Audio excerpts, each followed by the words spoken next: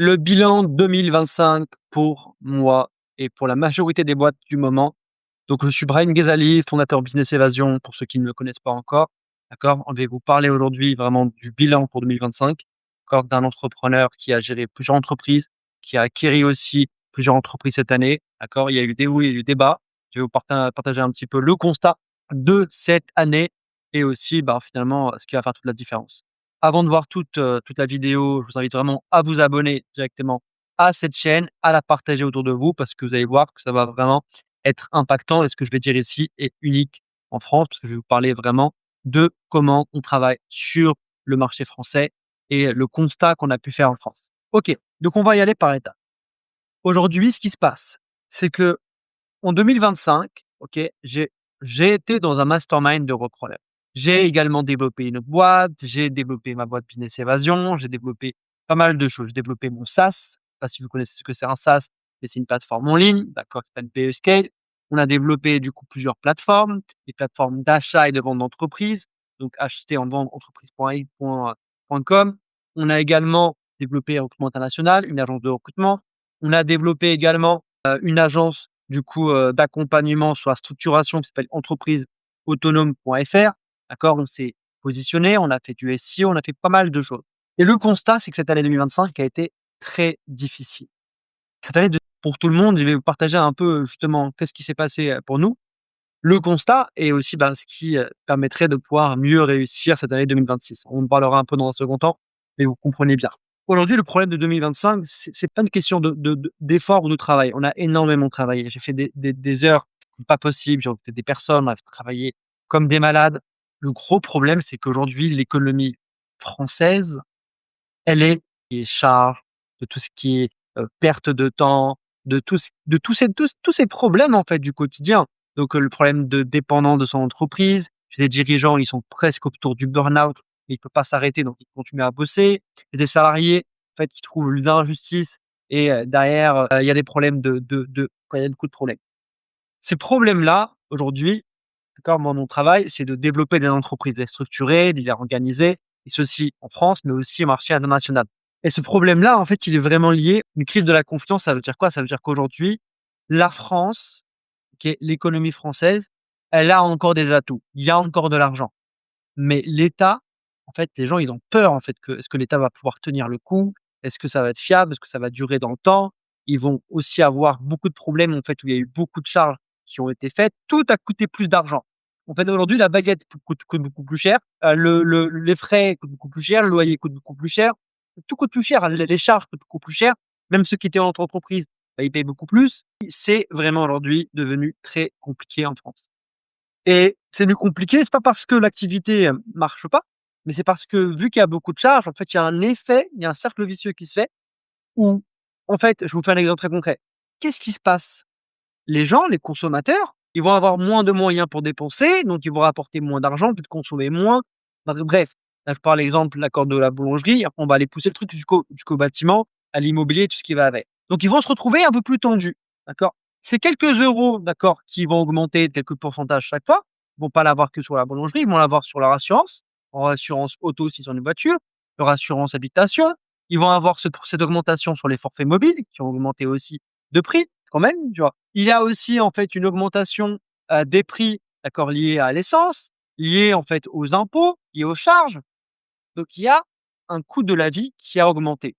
Les revenus derrière, ils n'ont pas augmenté et encore pire que ça, généralement, là, ils sont plutôt stabilisés, mais du point de vue des entrepreneurs, des dirigeants, ils ont plutôt même un problème, c'est qu'ils ne peuvent plus augmenter les salaires de leurs salariés comme ça pouvait être le cas précédemment. Donc ça veut dire qu'ils sont obligés, de payer moins les personnes, ils vont donner moins de primes. Parfois, même s'ils ont envie, ils peuvent pas. Moi, il y a pas longtemps, d'une discussion avec des dirigeants, ils m'ont dit: «Brahim, je suis dégoûté, je ne peux pas donner de primes cette année à mes équipes». Pourquoi?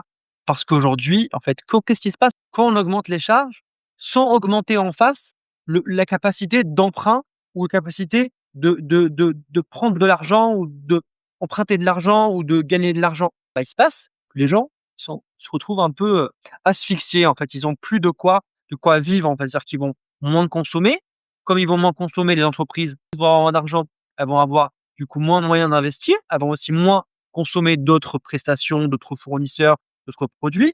Ils vont pouvoir du coup moins investir, ça veut dire qu'ils vont avoir aussi du coup, forcément, qui va rentrer par rapport à leur clientèle. Mais en plus de ça, ils ont plus de charges qui arrivent avec les frais, les loyers, enfin tout ce qu'il y a à faire derrière. Ça fait qu'il y a une augmentation globale et le problème, c'est que même en bossant, bah, les prêts sont devenus plus difficiles à accéder. En fait, il y a un problème de liquidité. Il y a plein de problèmes qui peuvent derrière rentrer. Et le point aujourd'hui, c'est que 2025, c'est une année de construction qui a été, quand même difficile pour beaucoup de monde, OK? Et qui est aussi, souvent aussi une conséquence du covid par le passé, mais c'est pas que le covid, c'est pas la raison pour tout. Mais la réalité, c'est que tout change. Aujourd'hui, imaginez, on a l'IA, l'intelligence artificielle, on a des nouveaux outils, il y a énormément de changements. Ils ne savent plus quoi faire. Ceux qui ont de l'argent de côté, ils vont faire attention. OK? Ceux qui ont, plus besoin de dépenser ou d'acheter certaines choses ou de payer leurs charges, ils vont devoir sortir un peu d'argent, mais ils vont tous, en fait, par effet mécanique, réduire leurs dépenses, réduire leurs investissements et qu'on le veuille ou non, on est sur une économie qui a besoin en fait, les gens critiquent constamment les consommateurs, c'est eux qui font marcher aussi l'économie. S'il y aura pas il y aura pas de production, en fait. La production existe parce qu'il y a des consommateurs. Il y a plus de consommation, il y a moins de production. Il y a pas de production, bah, du coup, les consommateurs ont moins de satisfaction sur ce qu'ils peuvent trouver. Aujourd'hui, ce qui se passe, c'est qu'il y a beaucoup de choix. Le problème, il est pas au niveau de la production. Il y a beaucoup de productions qui peuvent se faire. Le problème, c'est que les gens ont moins de moyens parfois, quand donc ils vont essayer d'avoir un peu des prix qui vont baisser, mais l'économie, comme ça, en fait, elle va se tirer en balle juste dans le pied et c'est pour ça que moi, par exemple, sur 2025, j'ai pris la décision de développer l'écosystème Business Évasion à plus grande échelle et pas uniquement sur le conseil ou la structuration d'entreprise ou l'automatisation d'entreprise. Aujourd'hui, on a un SaaS, donc un outil en ligne, une plateforme en ligne, qui permet aux dirigeants, aux entreprises, que ce soit des collaborateurs, des managers, des directeurs, des DAF, ce que vous voulez, de pouvoir faire un audit directement, de faire un diagnostic de leur boîte, de pouvoir la piloter mieux, pouvoir mieux l'organiser, faire attention à chaque détail compte.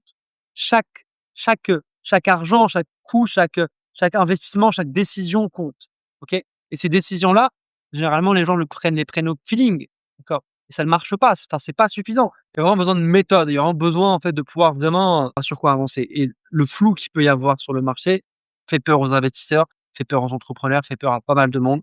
Et aujourd'hui, il y a des solutions. La solution pour moi, pour 2026, c'est que déjà, moi, comme je disais, la décision par rapport au bilan 2025 ou d'ailleurs 2025, 80 de nos objectifs ont été réalisés sur l'exécution. D'accord? On a fait même plus que ce qu'on avait prévu. On a fait d'autres choses aussi à côté. J'ai écrit mon livre qui va sortir d'ailleurs prochainement, Entreprise autonome, d'accord, bientôt sur Amazon et sur la Fnac. On a développé le SaaS BScale, on a beaucoup investi d'argent, de temps, d'accord, sur BScale, donc la partie plateforme. Pareil avec de l'innovation, vraiment de la nouveauté, vraiment vraiment un nouveau modèle de fonctionnement qui va écraser et qui va, comment dire, dépasser tous les systèmes aujourd'hui de formation, de, conseil, de coach business, tout ça, en fait, ça va devenir, on va dire, secondaire. Parce que l'important, c'est la structure. L'humain, il est important, mais s'il y a pas une bonne structure, en fait, c'est du freestyle, en fait, ça tient pas dans le temps, malheureusement. Bon, il y a ça, il y a le fait qu'on a investi sur différentes plateformes, on a développé une application mobile, on a même développé 2 applications mobiles, j'en parlerai un peu plus tout à l'heure. Une application de jeu sur mobile pour apprendre à utiliser BeScale et à comprendre l'intérêt en tant qu'entrepreneur ou en tant qu'entreprise, même pour le grand public, de comprendre comment ça fonctionne. OK? Comprendre un peu ça fonctionne, comment ça fonctionne de comment développer une boîte, c'est quoi quelles problématiques on peut avoir, la structuration, le fait qu'une boîte, c'est pas juste un jeu où il faut être le meilleur, il faut être bon sur plusieurs axes. Si tu es bon que sur la vente, tu es mauvais sur la livraison et qu'ils vont pas être contents. Si tu es bon sur la livraison, mais tu fais pas de vente, tu as pas d'argent pour pouvoir survivre. Tu vois? Il y a toujours ce truc-là où c'est plusieurs axes. Non, tu es bon en vente, tu es bon en opérationnel, tu as pas une bonne gestion financière, bah, du coup, tu peux couler. Enfin, tous ces éléments-là rentrent en jeu. Et donc moi, aujourd'hui, j'ai dû réduire mes coûts parce que c'est impossible de tenir, d'accord, dans cette tendance-là. Et j'ai dû aussi prendre la décision pour 2026 de m'entourer davantage d'influenceurs, de m'entourer davantage de médias, de m'entourer davantage, d'experts comptables, d'avocats, d'intermédiaires en fait, de la CCI en ce moment, on travaille avec la CCI également, avec des fédérations, avec des structures et avec des boîtes plus grosses aussi qui ont plus de moyens aussi pour pouvoir, se permettre de payer les grosses prestations et après les plus petites entre guillemets, on les rend plus accessibles à un plus grand monde. Tout ça, c'est des investissements. C'est un travail qui, je vous le dis, moi, sur cette année 2025, mes journées, ça se résumait en fait, franchement cette année, j'ai voyagé, j'ai bougé dans plusieurs pays évidemment, mais niveau travail, c'était très, très intense et résultat, il est pas du tout été à la hauteur cette année. Après je sais que l'investissement et le travail, c'est souvent c'est décalé. Quand il y a pas un c'est pas on met des fruits, on les récupère tout de suite. Les gens sont trop habitués à un supermarché en fait. Genre, tu veux des fruits, tu vas consommer, en 2 minutes, les fruits que tu veux ou bien tu veux commander à la maison. La réalité, c'est que si tu veux faire des fruits pour ton activité, pour ton entreprise, pour ton projet, bah, tu dois toi-même faire attention à ton fruit, tu dois mettre des graines, tu dois le mettre du coup le planter, tu dois bien t'en occuper. Tu vois derrière, tu vas récupérer un résultat, ce sera pas forcément parfait, tu vas l'améliorer. Tu vois, c'est les gens sont trop habitués à parfois consommer justement et ils se rendent pas compte que, que ça marche pas et d'ailleurs, pour moi, les nouvelles méthodes aujourd'hui, même avec l'IA, sont encore trop orientées consommation et pas seulement production. Ça veut dire qu'aujourd'hui, si vous voulez, pour moi, développer un business correctement, il vous faut une méthode professionnelle. Il faut des outils professionnels. Farm-Base Scale, on l'a créé pour ça. Parce que j'en avais marre de voir des entreprises, couler ou galérer ou même des coachs business ou, des infopreneurs ou autres qui vont, proposer des choses qui sont super, hein. Ils vendent du rêve, c'est parfait. Mais sur le terrain, c'est beaucoup plus compliqué que ça. En fait, il y a beaucoup d'illusions, il y a beaucoup de choses qui sont un peu, comment dire? Qui ne durent pas dans le temps. OK, ça, c'est super important. C'est important, d'accord? C'est super important. Le réseau, c'est très bien. Pour faire du réseau, c'est pourquoi pas. Mais quand on veut développer l'entreprise, c'est pas que du réseau. C'est aussi de l'investissement, de prendre le temps, d'accord? C'est comme je prends l'exemple, là, tout à l'heure, je parlais des fruits, d'accord, qu'on veut mettre. Bah, c'est pas votre réseau qui va faire, du coup, que vos fruits vont bien se faire ou pas. Je veux dire, en fait, si vous voulez planter des fruits pour votre activité, vos fruits qui sont uniques par rapport à vous, ce que vous avez créé, il faut forcément s'investir, il faut mettre le temps, il faut mettre l'énergie, il faut être conseillé parfois. Mais c'est quand même votre rôle, d'accord? Et ce que vous avez besoin, c'est peut-être pour une procédure, des outils, pour le faire. D'accord et c'est comme ça que ça fonctionne, c'est comme ça. Dans tous les cas, l'autre choix aussi que j'ai pris là pour 2026 et la décision que j'ai prise pour 2025, pour 2026 maintenant, qui va du coup encore continuer, c'est de développer le marché international et le marché anglophone. La France, elle est super. La f c'est un truc de malade, je trouve. La France est plus appréciée à l'étranger qu'en France elle-même. C'est un truc de malade. C'est la France est plus appréciée par les étrangers que par les Français eux-mêmes. Pourquoi? Parce qu'il y a plein de raisons. Les gens généralement quand ils ont un truc, ils vont voir les côtés négatifs et les côtés positifs, ils vont aussi voir les côtés négatifs. Ils vont avoir un peu le côté moins romancé, ils vont avoir vécu dedans, donc il y a un peu une banalisation de ce qu'on a. Vous savez, les gens banalisent ce qu'ils ont, ils vont plutôt, privilégier ce qu'ils ont pas. Bref, il y a tout un fonctionnement qui est dommage pour moi et d'ailleurs, je trouve que les States, ils ont réussi à faire un truc, la Chine aussi, ils ont fait miser sur eux, investir sur eux. Aujourd'hui, le problème, c'est que l'investissement, il est fait beaucoup par l'État. En fait, c'est l'État qui subventionne, c'est n'importe quoi. Franchement, j'ai vu des trucs, cette année, c'est vraiment je sais pas quoi vous dire, quoi. Parce que l'entrepreneuriat boosté par l'État, bah, en fait, ça marche pas, en fait. C'est comme si j'ai peur d'exemple, mais c'est comme si OK, je prends un exemple de la mine. Si vous avez l'image un peu d'une mine d'or, d'accord, qu'on va faire. C'est comme si c'était l'État qui allait fournir les mi l'argent pour investir dans la mine. C'est eux qui vont fournir, du coup, les qui vont investir sur tout ça. C'est pas son rôle de l'État, c'est de permettre l'économie, de permettre le business, de rendre ça fluide, de parfois le simplifier, parfois de mettre des standards. Mais c'est pas de remplacer l'économie elle-même. Moi, c'est ça en fait que je trouve ça dommage, parce que moi j'ai vu aussi beaucoup de structures, sur tout ce qui est par exemple conseil, aide aux entrepreneurs, j'ai vu énormément de structures qui se sont faites construire par l'État. Il y a la BPI qui a été développée il y a pas mal d'années déjà aussi. C'est un pays d'infrastructure, d'accord? Ça veut dire que, tu veux une solution, tu dois passer un peu par quelque chose qui a été validé par l'État. Tu vois? C'est comme ça. Il y a un côté administratif, qui rentre en jeu et le problème, c'est que pour entrer de la liquidité et faire tout ce qui a été mis en place.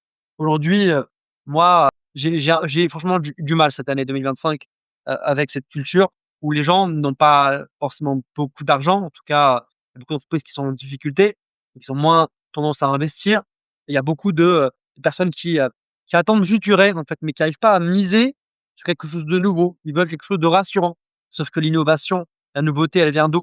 En fait, c'est ce qui fait l'avenir, c'est la nouveauté, d'accord? et malheureusement, la nouveauté, elle est créée beaucoup plus par des sociétés étrangères, dont américaines, d'accord? Pas que américaines, mais beaucoup américaines, que françaises.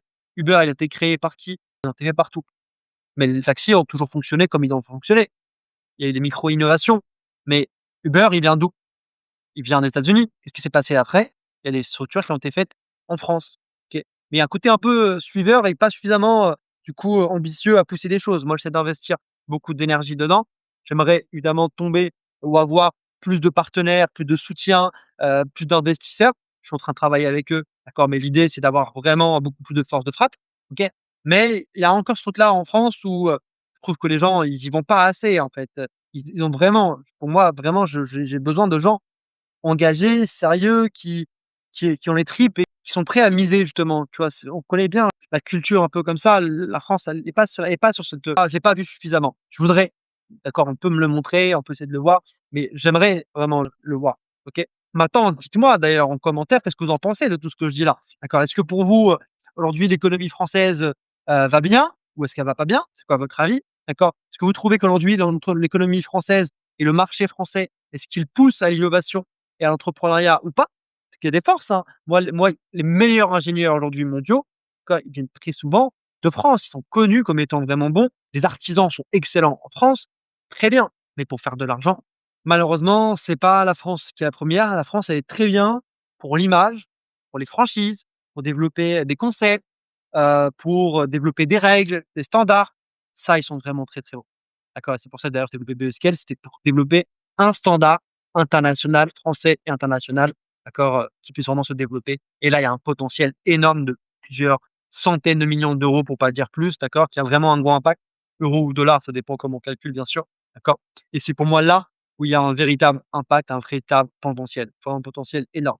Maintenant, voilà, c'est ma première vidéo là pour 2026, d'accord? Première année, ce que vous en pensez de cette vidéo-là, partagez-la. Abonnez-vous aussi parce que je vois beaucoup de personnes qui regardent les vidéos et qui s'abonnent pas, donc appuyez sur le bouton s'abonner pour nous soutenir également, d'accord? Et comme ça, on peut avancer et dites-moi aussi s'il y a des sujets ou des thèmes qui vous intéressent particulièrement. Allez, à très, très bientôt, c'était Brahim avec vous.